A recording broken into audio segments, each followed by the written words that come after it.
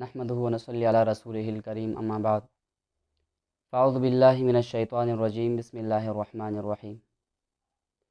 عن ابی قتادہ رضی اللہ عنہ قال قال رسول اللہ صلی اللہ علیہ وسلم صیام یوم عاشوراء احتسب علی اللہ ان یکفر سنۃ التی قبلہ۔ حضرت ابو قتادہ رضی اللہ عنہ سے ایک طویل روایت ہے کہ نبی کریم صلی اللہ علیہ وسلم نے ارشاد فرمایا کہ میں امید رکھتا ہوں کہ یوم عاشوراء کا روزہ گزشتہ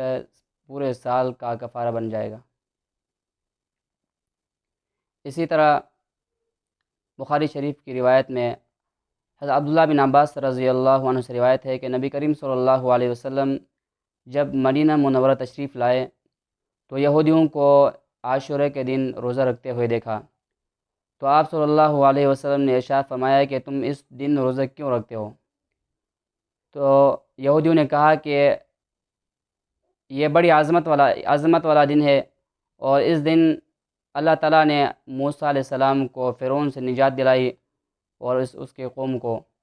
تو اس دن یوم تشکر کی بنا پر موسیٰ علیہ السلام نے روزہ رکھا، تو اس لیے ہم بھی روزہ رکھتے ہیں۔ تو آپ صلی اللہ علیہ وسلم نے ارشاد فرمایا کہ ہم تم سے زیادہ موسیٰ علیہ السلام کے حقدار ہیں، اور آپ صلی اللہ علیہ وسلم نے یوم عاشوراء کا دن روزہ رکھا اور اپنی امت کو روزہ رکھنے کی تعلیم ارشاد فرمائی۔ اسی طرح جمع الفوائد میں جو عاشوراء کے دن کی فضیلت یہ بھی ارشاد فرمایا کہ رمضان مبارک کے روزوں کی جو فرضیت ہے، اس سے پہلے عاشوراء کے دن کا روزہ فرض تھا، لیکن رمضان مبارک کے روزوں کی فرضیت کے بعد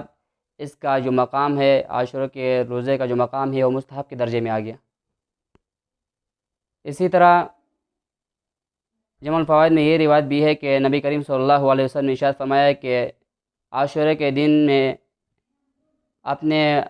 اہل و عیال یعنی گھر والوں پر خرچ کرنے میں فراخی کا اظہار کرو، یعنی پہلے دنوں سے زیادہ کھلے دل سے اپنے گھر والوں پر خرچ کرو، اور یہ خرچ کرنا تمہارے لیے پورے سال میں اللہ تبارک و تعالیٰ تمہارے رزق میں برکت عطا فرمائیں گے۔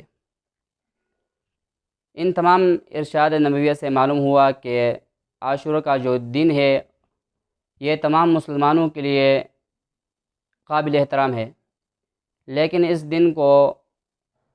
صرف حضرت حسین رضی اللہ عنہ کی شہادت کے ساتھ مخصوص سمجھتے ہوئے کسی ایک مخصوص فرقے کے لیے مخصوص سمجھنا، خاص سمجھنا، یہ بہت بڑی غلطی ہے، کیونکہ حضرت حسین رضی اللہ عنہ کی جو شہادت کا واقعہ ہے وہ نبی کریم صلی اللہ علیہ وسلم کی وصال کے 50 سال بعد پیش آیا، اور آپ صلی اللہ علیہ وسلم کی وصال سے پہلے اللہ تبارک و تعالیٰ نے دین اسلام مکمل کر لیا تھا۔ تو معلوم ہوا کہ ان تمام اسلامی تعلیمات سے معلوم ہوا کہ مسلمانوں کے کرنے کے جو کام ہے عاشوراء کے دن محرم کے 10ویں تاریخ کو جو کرنے کے کام ہے وہ دو ہیں۔ ایک ارشاد فرمایا کہ اس دن کو روزہ رکھو، اور اس دن کے ساتھ 9ویں یا 11ویں تاریخ کا روزہ ملاؤ تاکہ یہود کی مشابہت نہ ہو، اور آپ صلی اللہ علیہ وسلم کی آرزو بھی یہی تھی۔ صحابہ نے عرض کیا تھا کہ اللہ کے رسول،